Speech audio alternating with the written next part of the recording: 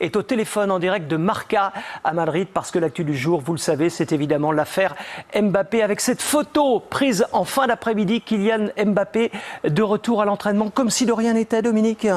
Ben oui, parce que rien n'est. Pour l'instant, Kylian Mbappé n'est officiellement accusé de rien, donc il poursuit sa vie. Oui, retour aux affaires après quelques jours donc de repos. Le quotidien, en tous les cas, donc du merengue reprend son chemin. Pour l'instant, rien n'est, et pourtant, il y a une question qui nous obsède ce soir. Kylian Mbappé est-il ou pas l'homme visé par une enquête de police pour viol et agression sexuelle dans un hôtel de Stockholm le 10 octobre dernier, jeudi dernier? Le point sur cette affaire, Manon David.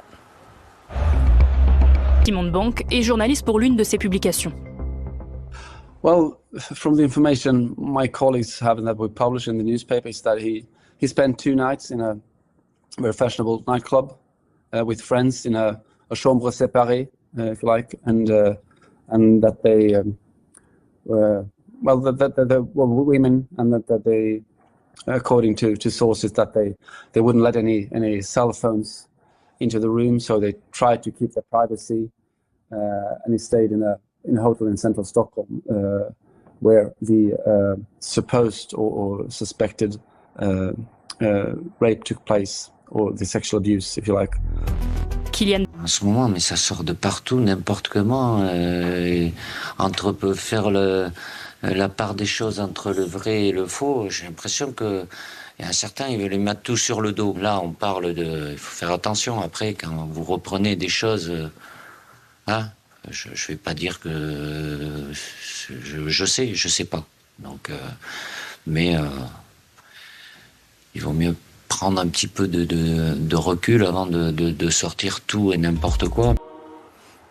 L'avocate de Kylian Mbappé, maître Canu Bernard, réagit, elle, ce soir dans le 20h de TF1. Elle dit qu'elle n'a à ce jour reçu aucune plainte. On parle d'une plainte, dit-elle, mais à cette heure, on ne sait pas à l'encontre de qui. Il ne s'est jamais retrouvé seul, exposé à se retrouver dans une situation où il y a une prise de risque. Cela exclut totalement le fait qu'il y ait pu y avoir des agissements répréhensibles de sa part. Il est particulièrement serein, mais éberlué par cet emballement médiatique et ce qui peut lui être reproché de près ou de loin. Il n'a strictement rien à se reprocher. Maître Alix Canu-Bernard va également déposer plainte pour dénonciation calomnieuse dans les prochaines heures. Réaction, messieurs? Oui, elle contre-attaque. Voilà, le clan Mbappé contre-attaque. Voilà, maintenant, il va y avoir une enquête. Ça va avancer.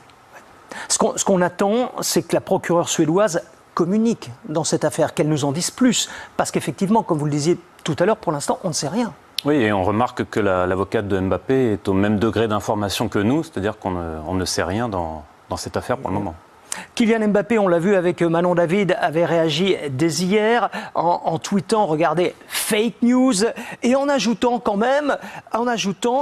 ça en devient tellement prévisible, veille d'audience, comme par hasard, faisant allusion à la commission paritaire des recours de la Ligue qui examinait l'appel du PSG aujourd'hui, condamné à verser 55 millions d'arriérés de salaire à Kylian Mbappé. Veille d'audience comme par hasard, ça veut dire que Mbappé sous-entend clairement que le PSG pourrait être à l'origine de cette affaire ? Ah bah, c'est même pas un sous-entendu là. Clairement, il fait le lien entre ces deux affaires. Oui. Nous sommes en ligne avec Pablo Polo, l'un des journalistes de la rédaction Marca à Madrid. Bonsoir Pablo. D'abord, vous nous confirmez que Mbappé a repris l'entraînement cet après-midi, entraînement collectif. On a vu la photo, on va la revoir comme si de rien n'était, et que le Real n'a toujours pas communiqué officiellement. Tout à fait. Il a entraîné hier aussi, toute seule, et aujourd'hui il a entraîné avec le groupe. Le Real n'a pas communiqué. Je pense que peut-être après les déclarations de l'avocat, il pourra faire un communiqué officiel prochainement. Mais en tout cas, je pense que la stratégie sera pareille. Si vraiment ils font une communication officielle, je pense que ça sera pour soutenir un joueur. Je me souviens de l'affaire de Karim Benzema, par exemple.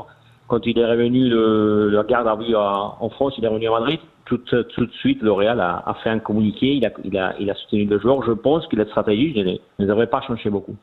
Cette affaire est une déflagration à Madrid, comme en France, où on attend là aussi d'en savoir plus afin de réagir. Écoutez, c'est vrai que Kylian, c'est un joueur du Real Madrid. Alors, ça veut dire que cette histoire, ça nous intéresse à tout le monde. Mais en tout cas, ce n'est pas un icône, ce n'est pas un joueur français, ce n'est pas un joueur espagnol. Et je pense que peut-être à cause de ça, on a été un peu plus prudent. Le fait que la justice suédoise ne s'est pas prononcée non plus et n'a pas accusé Kylian Mbappé, qu'une personne. Pendant la journée, ça a été compliqué, mais on a été un peu prudent. On est en train de reproduire les déclarations de l'avocate, c'est vrai, à Marca par exemple. Et hier, on a reproduit les démentis de Kylian Mbappé, mais on n'a pas encore suivi les infos de la presse suédoise. À l'heure où tout porte à interprétation, qu'en est-il, Pablo Polo, de cette photo postée par le Real sans Mbappé ce matin, alors qu'il était dessus, puisque Jude Bellingham, 19 minutes plus tard, a posté la même photo, mais avec Mbappé. Le Real l'a donc effacé, et vous comprenez qu'on s'interroge quand même. Bien sûr, nous on s'interroge aussi, c'est évident. On a essayé d'avoir confirmation, Adidas ne s'est pas prononcé, et du côté des Real, il disait que c'est Adidas, par contre Kylian c'est Nike, mais c'est quand même, comme vous disiez, étonnant parce que s'il était dans cette photo, s'il est allé, pourquoi il est allé si Nike et c'est un événement d'Adidas, c'est quand même étonnant, mais on n'a pas non plus reproduit. Merci Pablo. Quelle place accorde Marca à cette affaire? Quelle place vous allez lui accorder dans les heures qui viennent ou demain? Et bon, on va pas faire vraiment un scandale encore. On attend la confirmation de la justice suédoise. C'est vrai qu'après le Real, je pense qu'il croit aussi les arguments de Kylian que le lien entre le Qatar PSG et cette accusation de viol. Et voilà qu'on attend aussi la confirmation de Real et la justice pour, je pense, suivre un peu plus en profondeur cette histoire.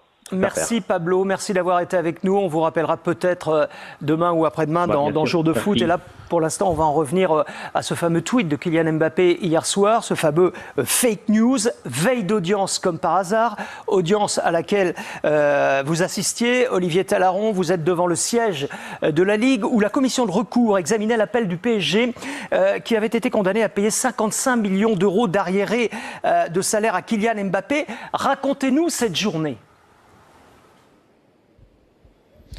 Écoutez Eric, ça a été une commission paritaire relativement longue, 1h30 pour entendre les arguments des deux parties, le clan Mbappé et puis de l'autre côté évidemment le PSG. Une commission paritaire qui a attiré énormément de journalistes. Il y avait une cinquantaine de nos confrères, notamment également des Espagnols qui étaient présents pour assister, en tout cas pour avoir les premières infos à la suite de cette commission paritaire. L'information principale, c'est qu'il n'y a pas eu de verdict délibéré, fixé au 25 octobre. Il faudra encore attendre un peu pour avoir une décision. On rappelle que le PSG pourra faire appel de cette décision. D'ailleurs, le PSG a précisé qu'il irait jusqu'au bout pour défendre ses intérêts, peut-être même jusqu'au prud'homme. En tout cas, les deux avocates des deux parties se sont exprimées à l'issue de cette commission paritaire. Écoutez ce qu'elles nous disaient. Elles ont été assez évasives. Écoutez. Quelle était l'ambiance ? Très bonne. Très bonne ambiance, ouais. Entre les parties, Oui, on débat sur un dossier et une commission compétente qui va rendre une décision. Maintenant que cela est terminé, est-ce que vous allez vous intéresser à la Suède? Non, c'est pas mon actualité du tout aujourd'hui. Je vous remercie. Ça s'est bien passé entre les deux parties? Pas de déclaration. Ce qui s'est passé en Suède a été évoqué? Sincèrement, non. Et je n'ai pas de déclaration à faire. Merci beaucoup. Mais au-delà de ces pas de déclaration, Olivier, comment était l'ambiance entre les deux parties, vu le tweet de Kylian Mbappé mettant en cause le Paris Saint-Germain? Tendu, hein? Écoutez Eric, on a entendu tout à l'heure l'avocate de Kylian Mbappé qui parlait d'une commission qui s'est passée dans une ambiance plutôt bonne. On n'est pas forcément obligé de la croire parce que tout d'abord le PSG a mis en avant un argument important, c'est que le PSG a le sentiment d'être harcelé par Kylian Mbappé ces dernières heures, évidemment référence au tweet du joueur qui sous-entendait à peine que le PSG était peut-être à l'origine de cette fuite, de cette affaire de viol présumé en Suède. Donc le PSG se sent harcelé, il l'a mis en avant pendant cette commission. Et puis le PSG a aussi diffusé une vidéo cet après-midi pendant cette commission. Une vidéo qui date du 24 janvier en zone mixte, à l'issue d'un match du PSG en Ligue 1, où Kylian Mbappé dit très clairement qu'il a passé en début de saison un accord avec le président du club pour s'engager à renoncer à une partie de ses salaires pour que tout le monde s'y retrouve. Voilà ce qu'il dit. Voilà les arguments qui ont été mis en avant par le Paris Saint-Germain. On verra si la commission a été à l'écoute de ces arguments. On rappelle que le verdict sera annoncé le 25 octobre dans ce litige. Kylian Mbappé met en cause le Paris Saint-Germain qui se dit harcelé. L'affaire ne va certainement pas, évidemment, en rester là. Oui, ben là, on est sur le plan économique. Là, les relations sont mauvaises, de toute façon, entre les deux parties depuis, on peut considérer l'ensemble de la saison dernière. Les derniers mois et le départ de Kylian Mbappé du PSG se sont faits dans des mauvaises conditions. Et l'enchaînement des faits fait monter la tension. Hein. Après, le Paris Saint-Germain se défend avec ses moyens, mais bon, ils oublient aussi en se défendant que c'est eux qui ont eu la réputation d'utiliser des armées numériques, c'est eux qui ont mis Mbappé aussi au placard en début de saison l'année dernière, donc en le privant de terrain s'il ne prolongeait pas. Donc je pense qu'il y a des torts de chaque côté, donc après chacun se défend avec ses moyens actuellement. Ça va encore bouger dans les heures qui viennent. On en reparlera demain soir de cette affaire Mbappé dans Jour de foot qu'on pourrait presque qualifier JFD, comme le dit Argan Fagnou, notre chef d'édition. Jour de fait divers, parce que l'autre affaire, c'est Wissam Ben Yedder. Wissam Ben Yedder, vous allez en voir les images de Franck Trivio, qui comparaissait aujourd'hui pour agression sexuelle en état d'ivresse et refus d'obtempérer. Il arrive ici au tribunal correctionnel de Nice en pleurs. Il se cache derrière sa casquette. Eh bien, la procureure requiert 30 mois de prison, dont 18 mois avec sursis à l'encontre de l'ancien joueur monégasque. Et ce n'est pas terminé puisque le 27 décembre, il sera jugé pour violence psychologique envers son épouse et est toujours également visé par une information judiciaire dans laquelle il est mis en examen pour viol et agression sexuelle. Triste fin de carrière. C'est le moins qu'on puisse dire. Ouais. On en revient pour les footeux actuellement. On en revient au jeu, ça va vous faire plaisir, hein ? Enfin, au jeu. On en revient au jeu et à victoire de